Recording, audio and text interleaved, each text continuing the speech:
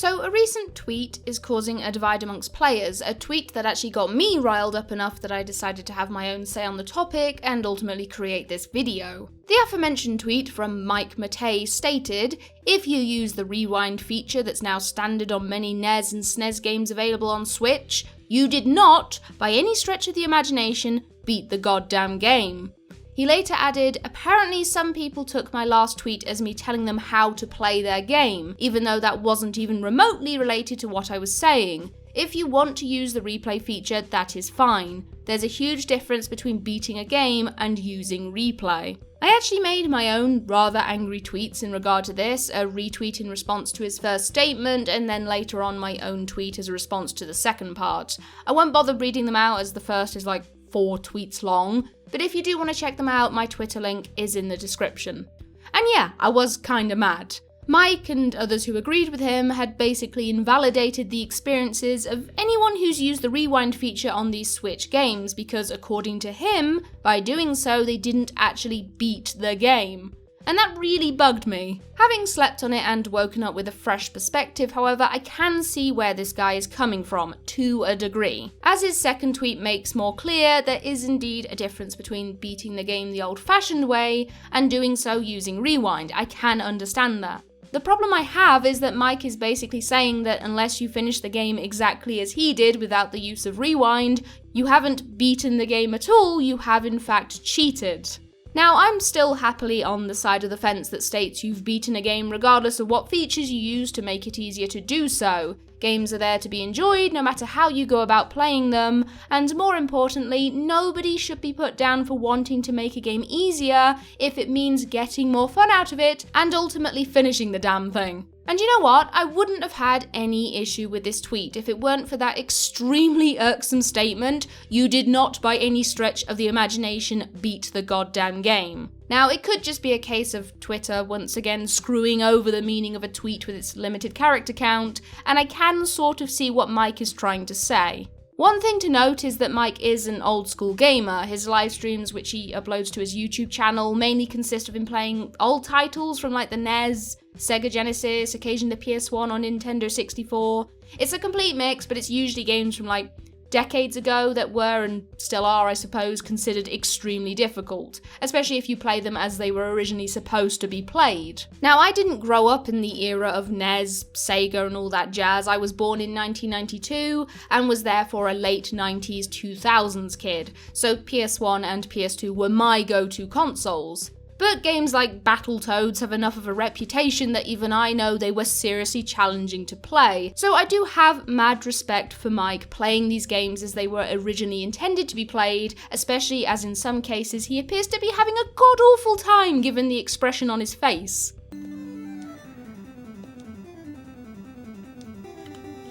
But I feel this attitude of if you used XYZ feature in ABC game then you didn't beat said game is kind of unfair to say and rather elitist.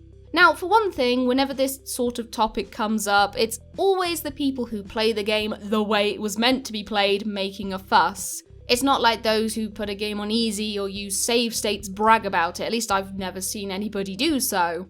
And to be honest, saying someone didn't beat the game because they used some sort of feature to make it easier, not least of all a feature that's an official add-on to the game or console, it just sounds like you're saying, "You're a fake gamer because you didn't beat the game legit like I did," or it's a case of, "I suffered horribly playing this game so you should also suffer."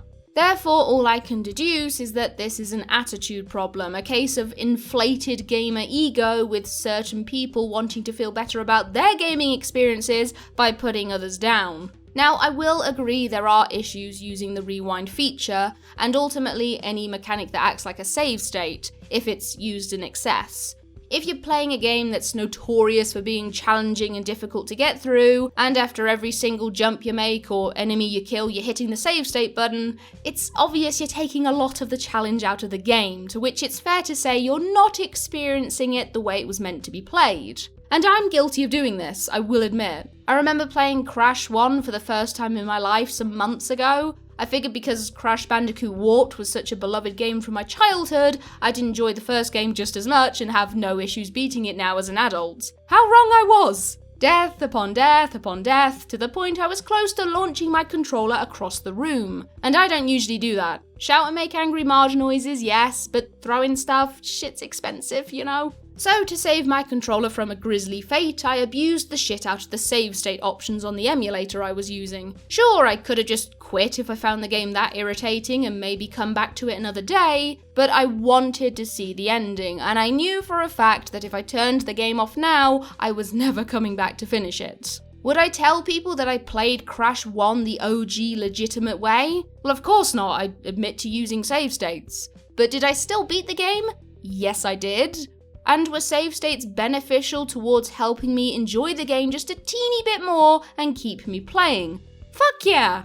I may not have done it the way it was intended to be beaten, but I'd rather beat the game with save states than give up on it completely and never come back. One thing I think a lot of people forget as well is that older games, particularly those from the 80s and early 90s, were made to be notoriously difficult and keep you playing them as long as possible. A lot of them were arcade games that were designed to make you die frequently in order for you to use up all your pennies and keep playing. Some of these games didn't even have a proper ending and forced you to play indefinitely, at least until you either ran out of coins or collapsed from exhaustion. Now, bear in mind, a lot of the very same people who grew up with these games as kids, who had hours to spare at the arcade or sitting in front of a television screen, are now adults who don't have the luxury of time on their side anymore. Sure, if you play games for a living via Twitch or YouTube, you have all the time in the world. But for most people, their regular 9-to-5 office jobs get in the way and sap their energy and patience.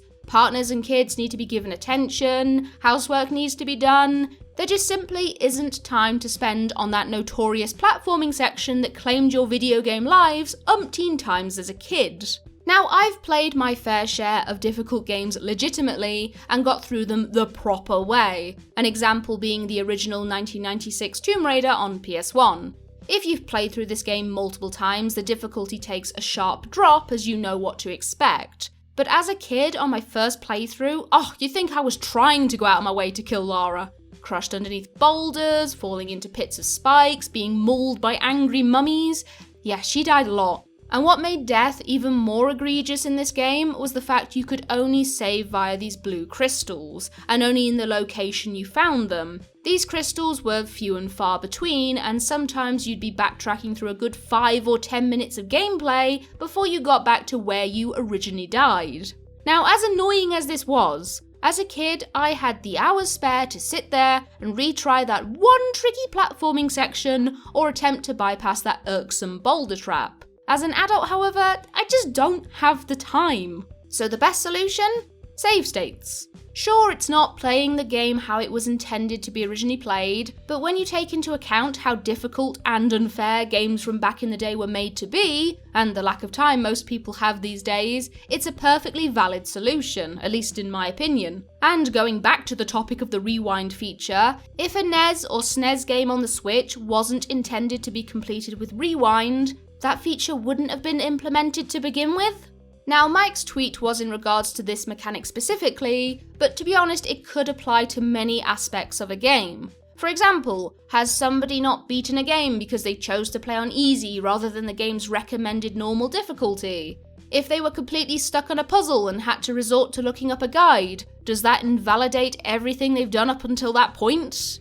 Is their entire experience of suffering with janky controls and awkward camera angles not genuine, simply because they used a save state once or twice to get through a couple of tricky sections? Where do you draw the line? Like I said, I understand where Mike is coming from. He's an old school gamer who plays notoriously difficult games, and for whatever reason he likes to torture himself, given he apparently regards games as something you don't do for fun, but rather do because, I don't know really, you have masochistic tendencies? And you know what? That's fine.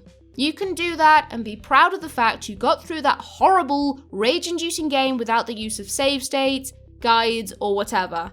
But you don't have to make other people feel ashamed of the way they play simply because they didn't play to your standards. However you play a game is legit as long as you are having fun and not cheating at the expense of others. And nobody should be told they didn't beat a game simply because they did so by what you deem as the wrong way. Remember, not everybody has the skills, reaction time, patience, or hours spare that you do, and what you find easy, or at least have the resolve to complete, could be too much for others. And how would you feel if you used the rewind option just a couple of times to get through some extremely tricky and unfair sections, only to finish whatever game you're playing and be told, well, you didn't actually beat the game because you used a save state. Guess the 8 hours you spent playing means nothing now? At the end of the day, some of us simply play games to enjoy ourselves and take a short break from the outside world. From screaming kids, from piles of dishes that need washing up, from the realization that we have to get up early tomorrow and do the whole work thing all over again for another 8 hours.